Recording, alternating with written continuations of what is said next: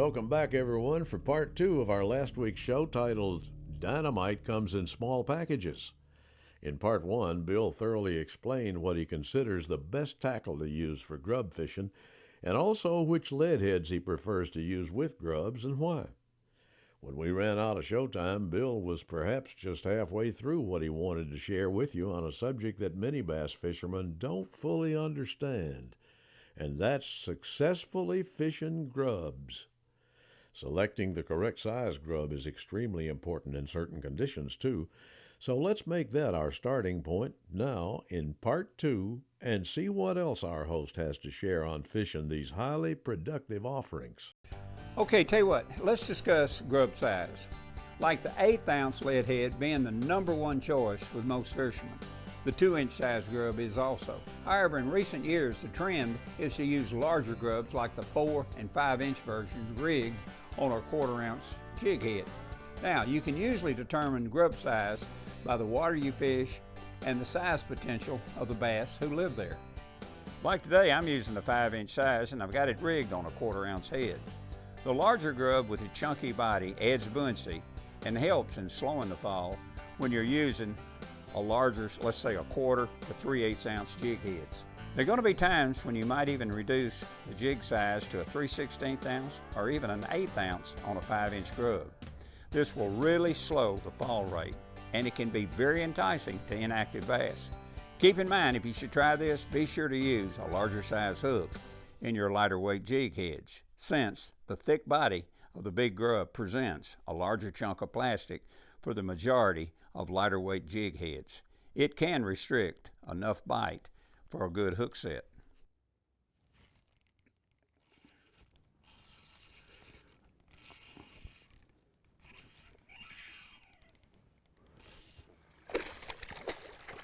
Whoa, boy.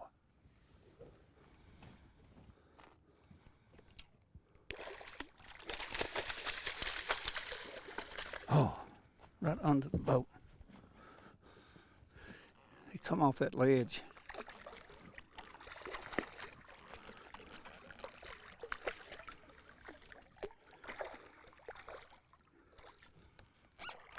All right, come up here. Come up here, big boy. Just come up on that thumb.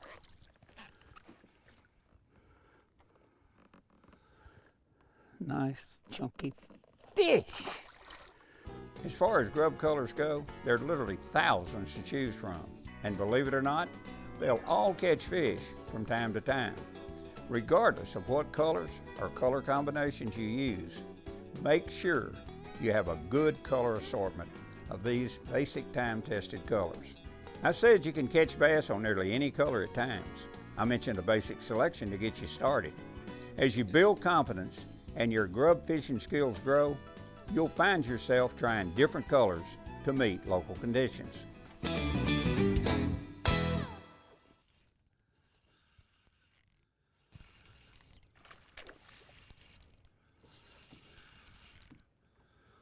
That's a tugger there too.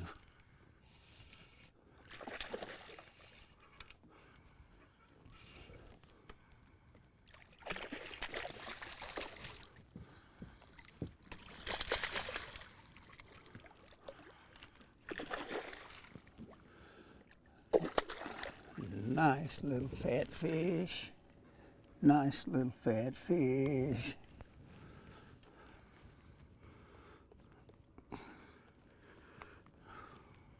Fat head. Ka-chunk. Like with any bass lure, your presentation can make all the difference. And when fishing grubs, this is especially true. Now, 2 of the most effective grub presentations are the swimming technique and the free fall method. When you're using the swimming technique, make long casts, keeping your rod tip up about the 10 o'clock position, keeping a semi-tight line as it settles to the bottom. Twitch your rod tip to get it started, then begin reeling slowly and steadily, swimming the grub just off of the bottom, allowing it to touch the bottom occasionally so you know exactly of its location and relationship to the bottom. If you feel any resistance, quickly apply a small amount of pressure If it moves, bust it.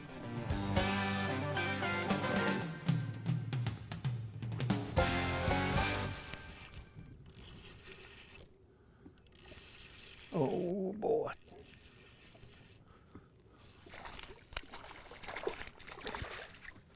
Tugging, tugging, tugging.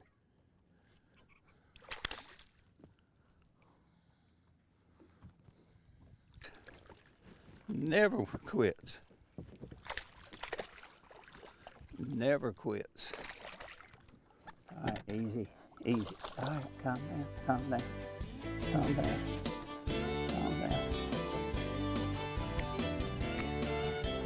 Hello. What do you say? Fun size fish to catch right there.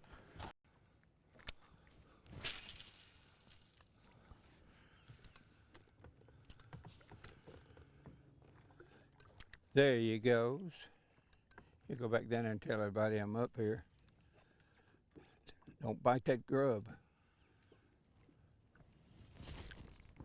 Don't bite that grub. That's a little bit better one.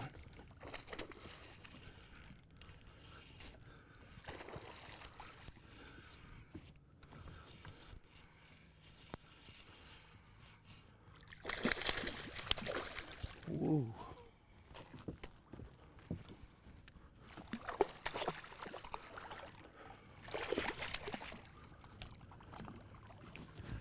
All right. Come here, Buster. Boy, he had it forevermore. That nice little fish. Toodaloo. Okay, that other highly effective method is the free fall.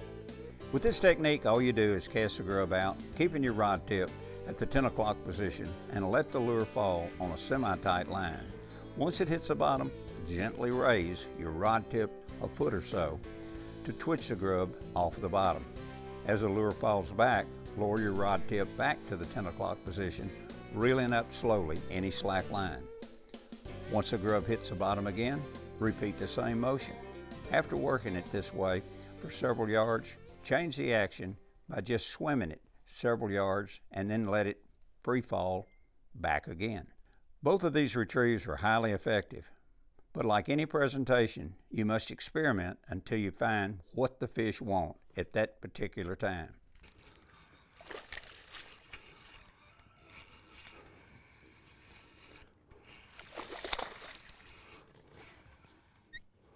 Whoa, buddy, whoa.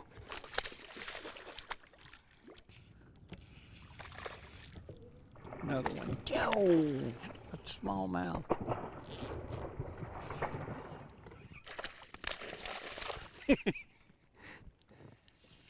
Boy, he's ill. Now here's something I almost forgot to mention. You know, when you're free falling the grub, the majority of strikes will occur as the lure is dropping. And this is why it's so doggone important to keep a semi-tight line for better feel. What you want to do is keep your rod in an upward position to set the hook quickly. The strikes will feel like little faint taps or ticks, not jarring bolts. Now, with the swimming method, the strikes will be much more noticeable. I mean, you'll notice those.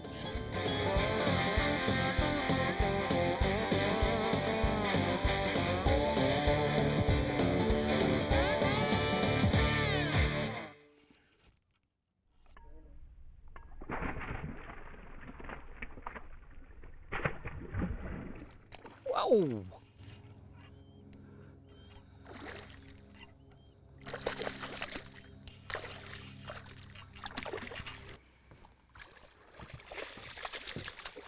Fat, pretty little fish.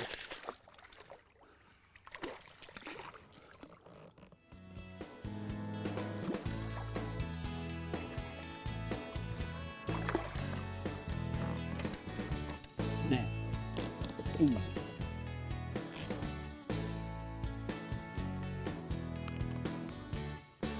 Hello. Bye-bye.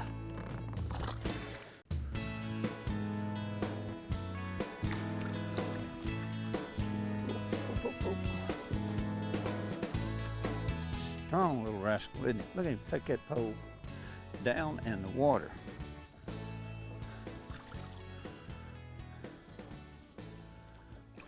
Come on back here. Come on back here. Easy, easy. Ah. Whoa.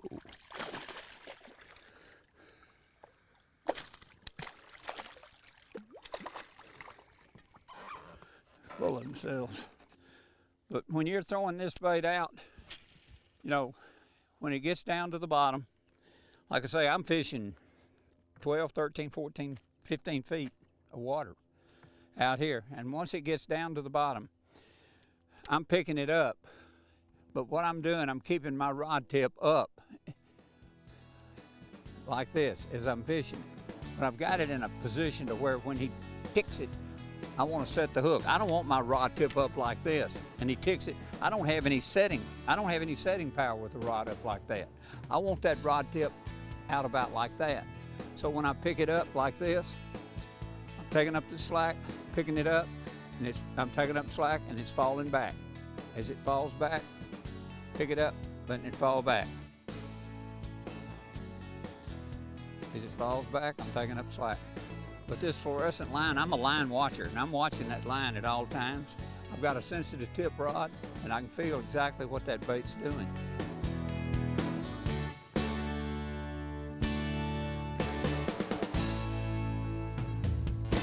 Good one, look at that.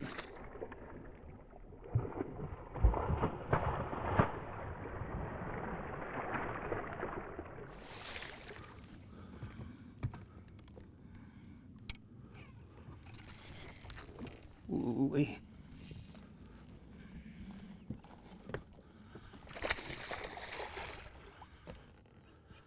Horse.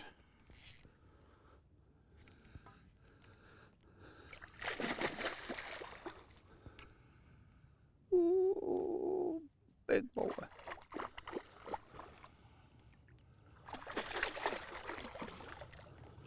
All right. Say for. Come up here.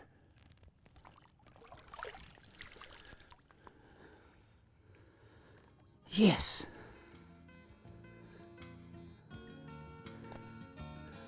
There's no doubt about it. Anglers who catch bass on a regular basis are those that believe strongly in correct lure presentations. They know it's necessary if they're to entice fish to eat it. In closing, let me say, if you want to learn to fish these little fellas, you gotta keep one tied on and force yourself to use it. Like I said earlier, there aren't many fish in the water that won't hit a grub. And before you know it, one will find yours if you keep it tied on and you keep it in the water long enough.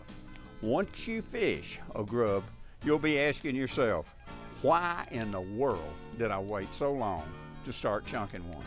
Thanks so much for tuning in, and we'll catch you next time. Now I've gone fishing with Bill Dance today.